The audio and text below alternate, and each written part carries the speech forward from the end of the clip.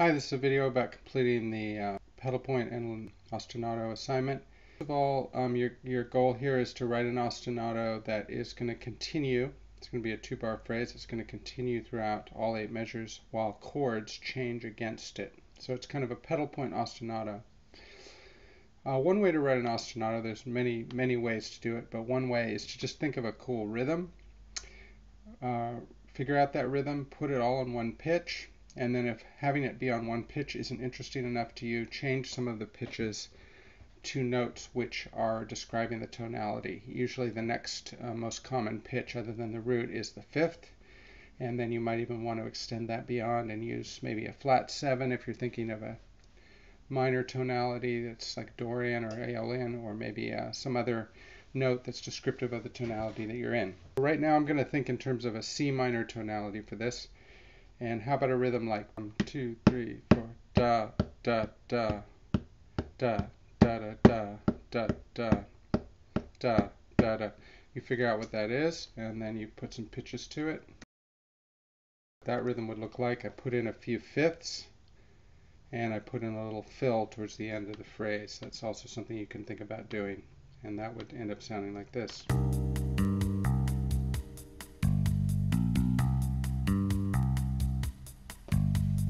Of course, I could choose different pitches. I could alter the rhythm if I didn't like it, but that's a good way to get started.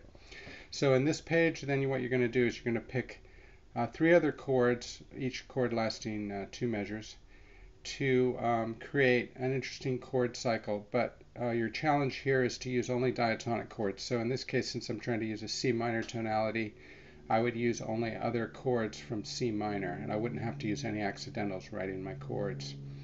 But I might want to use, I want to make sure that my last chord leads in an interesting way back to my first chord. Page 2, you're going to do a similar thing. Start with the 1 chord of whether you've done E flat major or C minor, and then come up with 3 other chords. But this time you should feel free to use chords that are non-diatonic and explore the cool effects you can get that way, remembering that you can get away with a lot of dissonance when you have a pedal point. One way to think of it is like a story that gradually unfolds. At first you're sort of at home, and then you start to go on a journey further away from home, and then right before you return back home, you're at your most tense moment. This is where to put maybe the most dissonance. You can freely borrow from other modes, use accidentals, and experiment.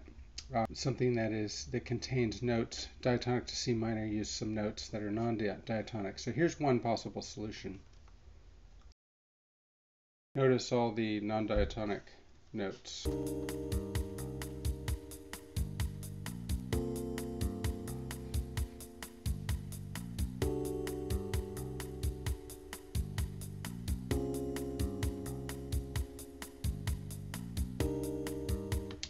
Get the idea?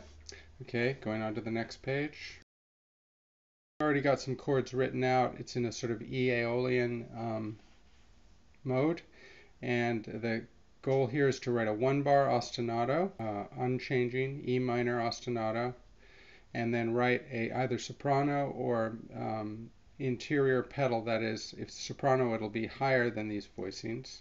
And if it's interior, it'll be a lower voicing, lower note that's somewhere in the middle of all these notes. And you're going to choose either tonic or dominant pitch to use and hold that pitch throughout the whole 4 measures, and also do it in an interesting rhythm, not just whole notes.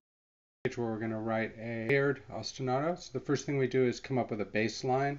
In this case, you're going to come up with an ostinato bass that is somewhat descriptive of a G7 sus4. Say maybe if it was something like this.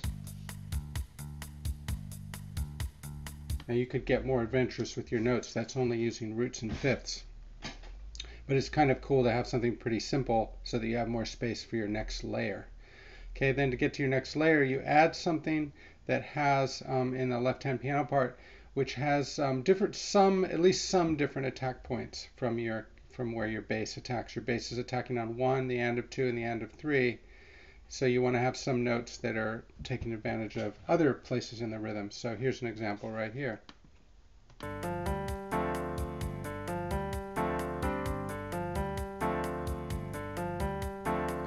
there's two layers going on. That's what you're going for, some kind of taking turns, interacting layers. Okay, then you come over to here to step 3, and this is where you cut and paste what you wrote before and then write an additional chordal layer up here, maybe something much longer. You've already got something pretty busy going on here, so maybe something with longer durations up here. Chordal layer, I might do something like this, which has some different attack points. Some of them coincide, but just a different pattern overlaid over the other two patterns there. Here's my final effect.